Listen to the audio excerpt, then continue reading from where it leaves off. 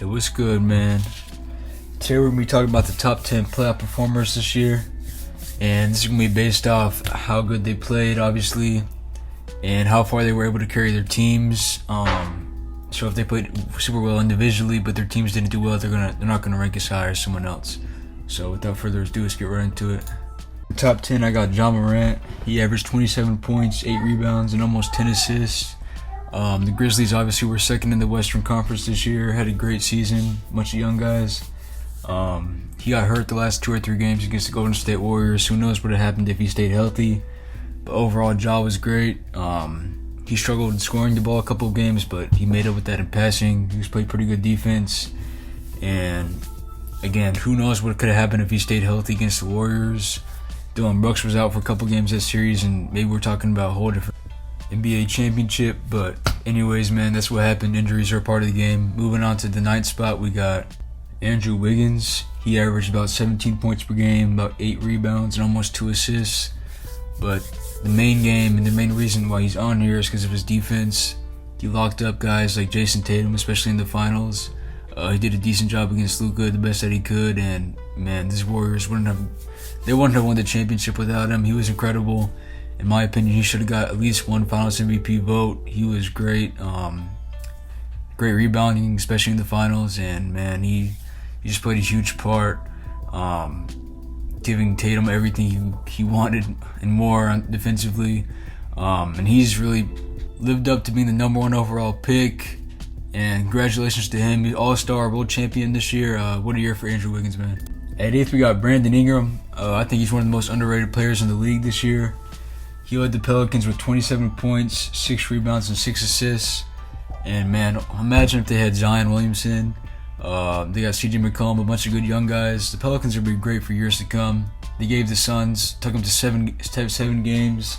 The number 1 overall seed this year in the playoffs. And man, Brandon Ingram, like I said, one of the most underrated players in the league.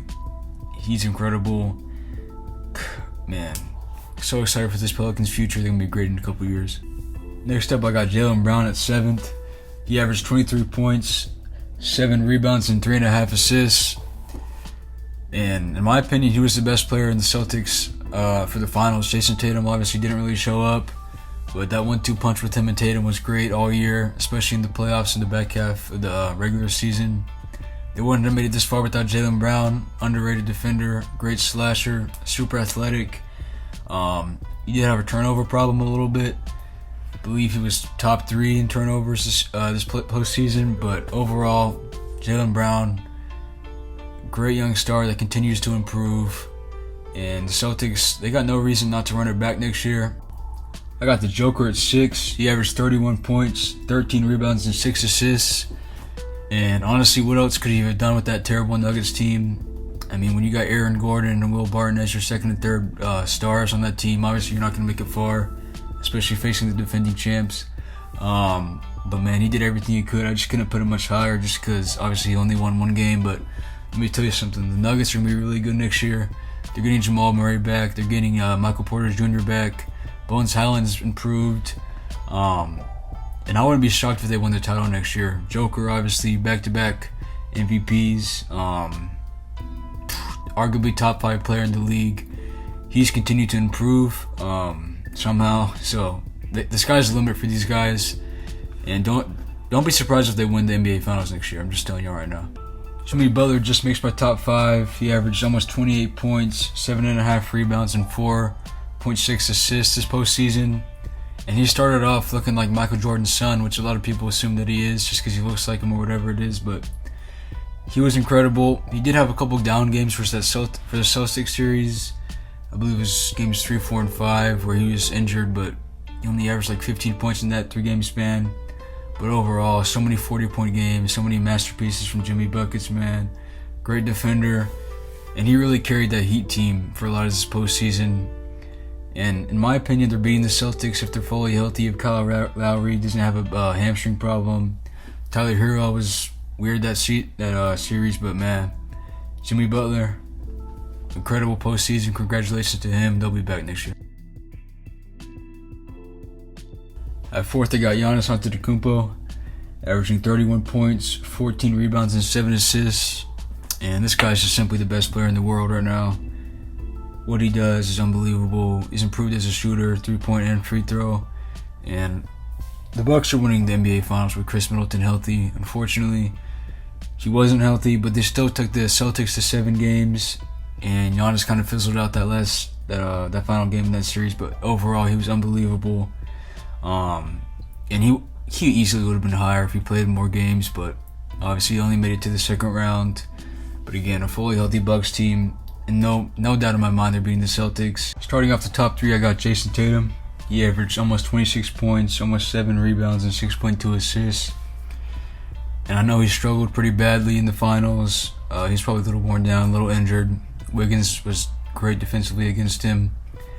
But you gotta give him credit for taking them there to the finals in the first place. Swept the Nets and Kevin Durant. Played great defense on him as well. Went toe-to-toe with Giannis. Went toe-to-toe with Jimmy Butler. He really proved himself as a top 10 player, in my opinion, this postseason. Really broke out as a superstar. And he's only 24 years old. I also have to mention that he had the most playoff turnovers of all time in any postseason. So he obviously had a lot of problems, but still, he was the best player on a finals team, so I gotta put him top 3, no question about it. At second, I got Steph Curry. He averaged 27 points, 5 rebounds, and 6 assists in the playoffs. And honestly, he wasn't that great until the finals, where he ended up averaging 31 points and won Finals MVP, of course. And yeah, he really proved that he's a top 10 player. Better shooter of all time, undeniable. And yeah, he's had a great postseason. But at the number 1 spot for the best postseason this year, we got Luka Doncic. He was just incredible this year, beating the number 1 overall seed Phoenix Suns, beating the Jazz, and putting up a somewhat decent fight against the Warriors, even though he had a really not that talented of a roster around him. He was crazy, averaging 31 points, 10 rebounds, almost 7 assists. That concludes the video, guys. Appreciate you for watching. Let me know what you guys think in the comments. Leave a like if you liked it. Let me know what list I should do next. Yeah, I'll see y'all later.